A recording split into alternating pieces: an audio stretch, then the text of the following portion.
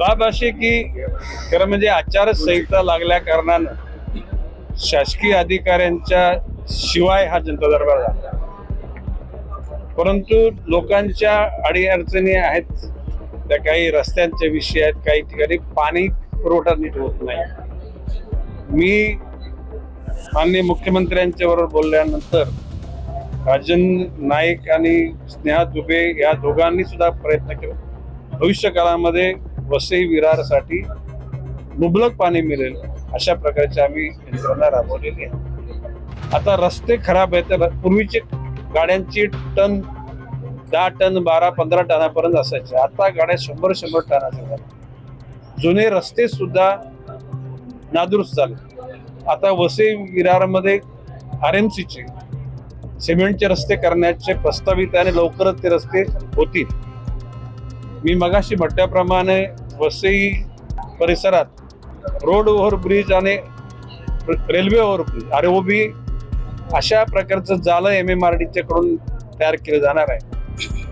या ठिकाणी मधल्या काळामध्ये काही ठिकाणी ट्रान्सफॉर्मर गेले आहेत, काही ठिकाणी गार्डनची दुरुस्ती आहे, काही ठिकाणी मैदानी दुरुस्ती. याच्याकरता जिल्हा नियोजन विभागातून काही फंड्स डायव्हर्ट करायला मी सांगितलं, तर ते लवकर होतील. आणि आता पाऊस तर आता 10 दिवसापूर्वी थांबलेला, ही कामं पण निश्चितपणे होतील. आता आज सकाळी आम्ही व्हिजिट केले ज्या ठिकाणी हॉस्पिटल बांधते त्या ठिकाणाला.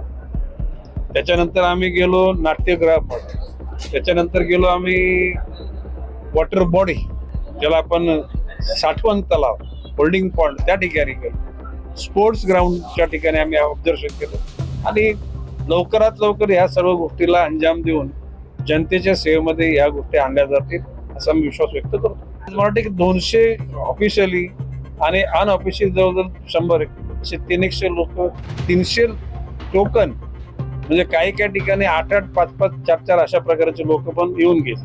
आणि सुरुवातीला थोडा आरडाओरडा होता, कारण जनता दरबाराची संकल्पना इथल्या लोकांना माहित नाही. जनता दरबारामध्ये पिन ड्रॉप सायलेन्स असतो, म्हणजे मी ज्याला लोकांशी बोलतो किंवा लोक सांगतात ते सगळा आवाज सगळ्या हॉलमध्ये प्रत्येकाला समजतो आणि दुसऱ्यांच्या समस्या एकरूप होऊन ऐकाव्यात आणि त्याच्यातून एकरूप होऊन तिथून प्रश्न सोडवावा अशा प्रकारे शिरस्त आहे. आता आज जी निवेदनं घेतल्यात, आता ही निवेदनं या पुढे दरबार होईल त्या दरबारामध्ये सगळ्या अधिकाऱ्यांच्या समोर त्याच्या अगोदर त्यांना ह्या अवगत केल्या जातील आणि उत्तर देण्याकरता त्यांना आम्ही बोलतो.